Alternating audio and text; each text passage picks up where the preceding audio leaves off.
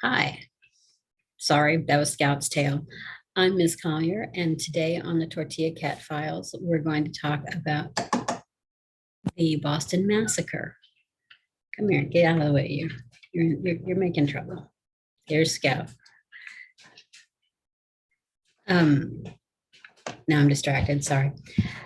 First of all, let's talk about the definition of massacre. A massacre is defined as the indiscriminate slaughter, brutal slaughter of a group of people. Now, we've heard this story. I've heard this story for a very long time, and it always sounds like, the British just lined up and shot a whole bunch of people. Let's look at the facts, and then you can decide if that's what really happened. Is this really a massacre? And that's up to you to decide. Okay, so where we are in history is right after the French and Indian War ended. Now remember, the French and Indian War was between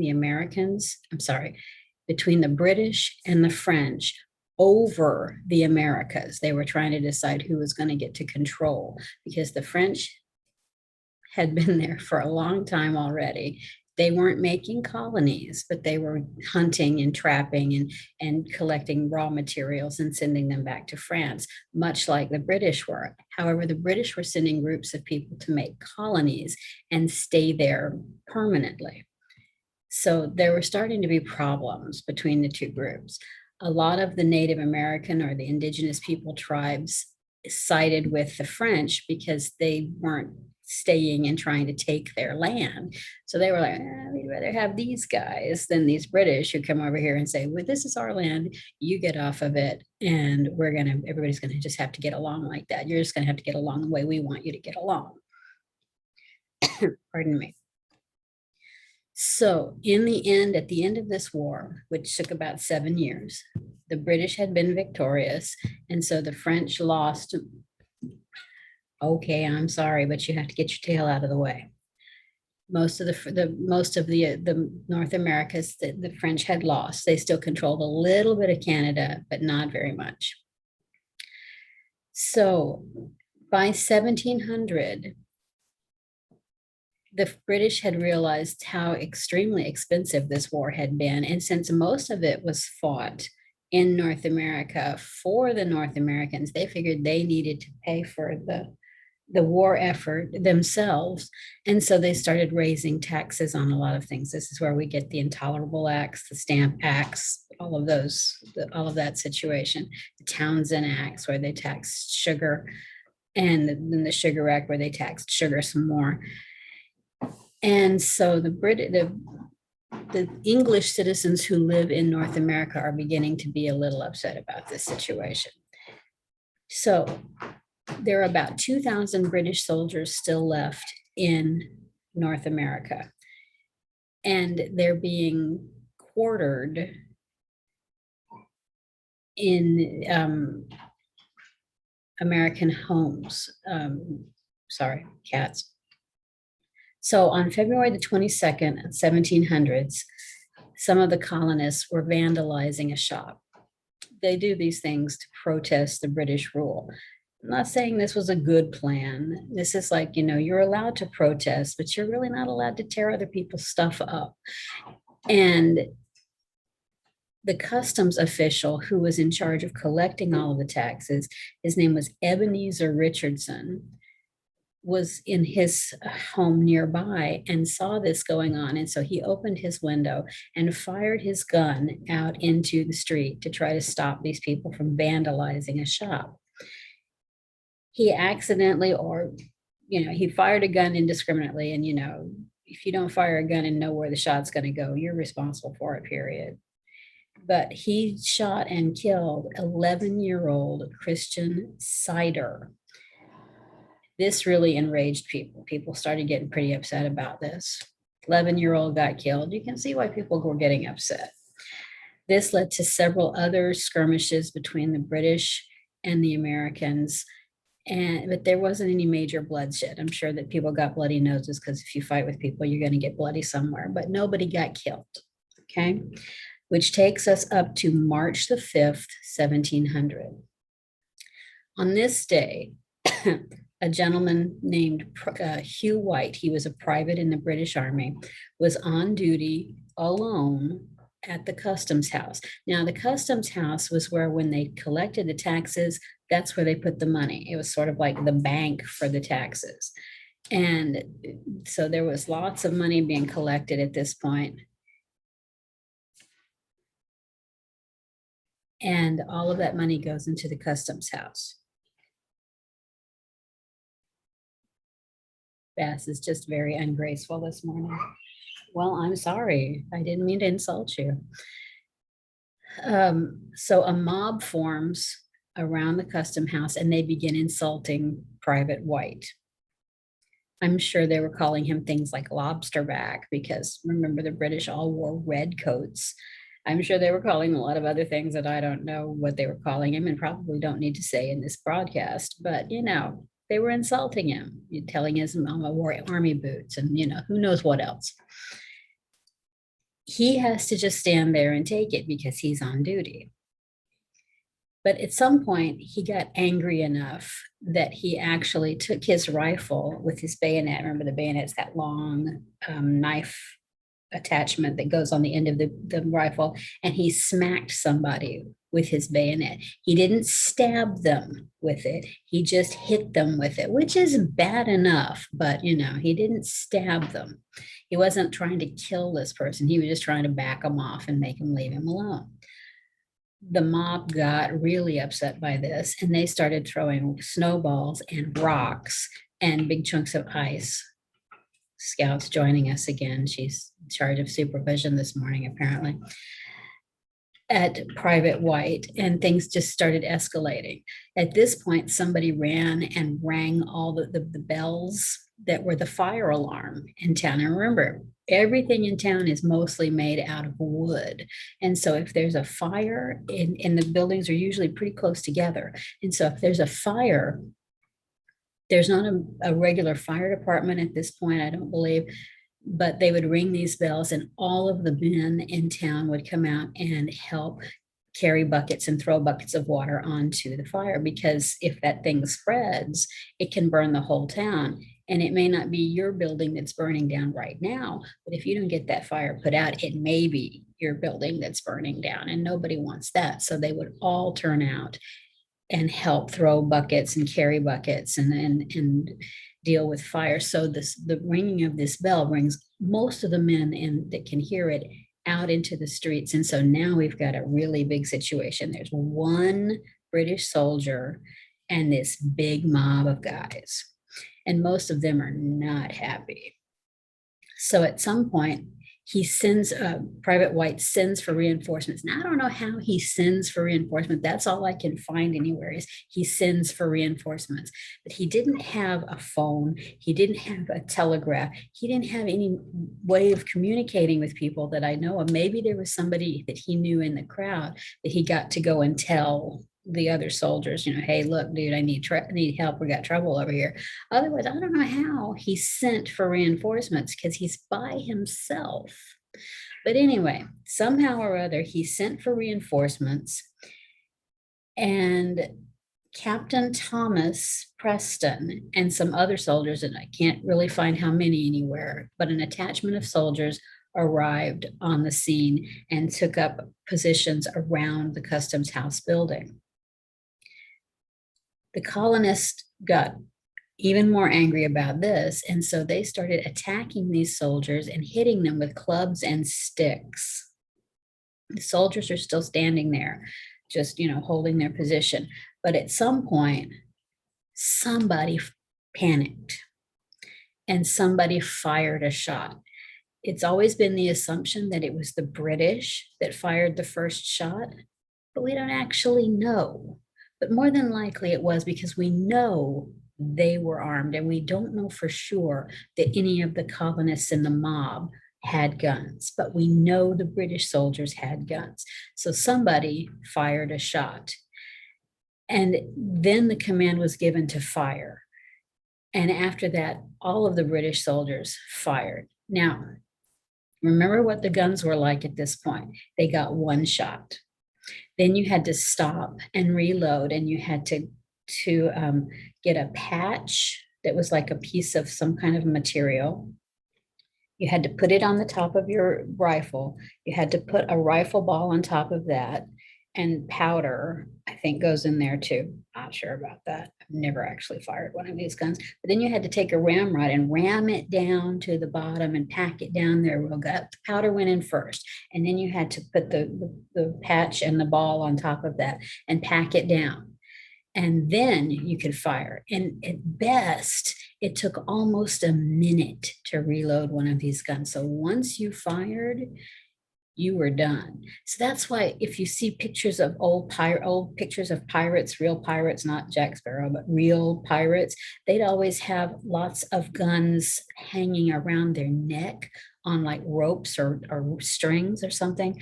That's so they could fire their one gun and drop it and pick up the next set of guns and fire those two guns and drop them. Sometimes they'd have 5 or 6 guns hanging around their neck so that they would have guns to shoot, because once you shot that gun, it's basically useless unless you could hit somebody on the head with it. You know, it's not, you don't get the magazines like we have now where you have anywhere from 9 to 50 shots where you just can fire over and over and over again. You had one shot. So that's where these guys are. So they've all fired their guns at this point. And in that, 5 colonists were either killed outright or wounded badly enough that they died later. The names of those people are Crispus Attucks, and he was a mixed race individual who worked on the docks. Samuel Gray and James Caldwell were guys that worked in town. Samuel Maverick and Patrick Carr, who were sailors, and I think they were wounded and died later. As all of this plays out, the soldiers are arrested. And the colonists start claiming, well, this was all self-defense. We were there. We were minding our own business. Nobody was doing anything. We weren't hurting anybody. We were just standing there walking down the street, and these British soldiers just shot all of us for no reason at all. That's the colonist story. The soldier's story is, we were on duty. We weren't bothering anybody. These colonists attacked us with rocks and stuff, and we were ordered to fire, and we fired. Here's where the two pieces are. You know that this piece is going to favor the British as much as possible. This piece is going to favor the colonists as much as possible. Somewhere in the middle in there is where the truth actually is. And you find that truth by talking to the people, talking to all of the sides, and looking at all of the facts. At this point now in our country, we look at the physical evidence also. We look at DNA evidence if possible, but they didn't have any of that. You know, they knew some physical evidence stuff. They didn't even know about fingerprints yet in 1700. So if you didn't catch somebody actually committing a murder, or they didn't confess, you were pretty much messed up bad, and you couldn't prove anything. They couldn't even at this point tell if they found a knife with blood on it or something. They couldn't even tell if it was human blood or animal blood. Forensics was pretty much non-existent. So all you've got is the testimony of the people. So 7 months after this incident is when the trial happened. Captain Preston was the first one tried. John Adams, who's one of our founding fathers and went on to become the second president of the United States, actually was a lawyer in Boston, and he decided he would defend these soldiers, not because he liked the British, because we know he was against the British. He was against the things that they were doing, but because he wanted to make sure that they got a fair trial so that this couldn't become a point that the British could say, well, see, those people, they're out of control over there. They just took our soldiers and hanged them. They didn't even give them a fair trial. He wanted them to have a fair trial so that if they were found guilty, there couldn't be any comebacks with them saying, well, see, y'all just hanged them because you didn't like them. He wanted to make sure that they had a fair trial. And so he did his very best to make sure that happened. He actually managed to convince the judge that there was too much publicity that had happened in Boston, and they wouldn't be able to seat a jury that was neutral. So he convinced the judge to get people, not hire, but to call people from outside of Boston to serve on the jury so that they would have less exposure to what had happened and maybe not be a contaminated jury pool where they already had their mind made up. Because remember, when you have a trial, you're supposed to go in without your mind made up. You're supposed to listen to all of the evidence from both sides, and then you decide where that truth is, and you make your ruling. But if you already go in and you've already decided, yeah, these British people, they're already guilty, or yeah, no, the colonists were, they started this, if you can't go in with your mind made up, they ask questions when they seat a jury. It's called the voir dire or voir dire. And that's when they determine, have you got your mind made up, or can you go ahead and sit on this jury and be impartial or unbiased? So that's an important thing for juries. Captain Preston was eventually found not guilty, and the other soldiers were tried as well. And most of them were found to have acted in self-defense, that they were attacked by the colonists first. Two of the soldiers, Hugh Montgomery and Matthew Kilroy, were found guilty of manslaughter, and they were branded on their thumbs. That means they would have a letter or some sort of a symbol branded, with an iron that was heated up and then applied to their thumb, like we brand cattle on their thumb, to show that they were guilty of manslaughter.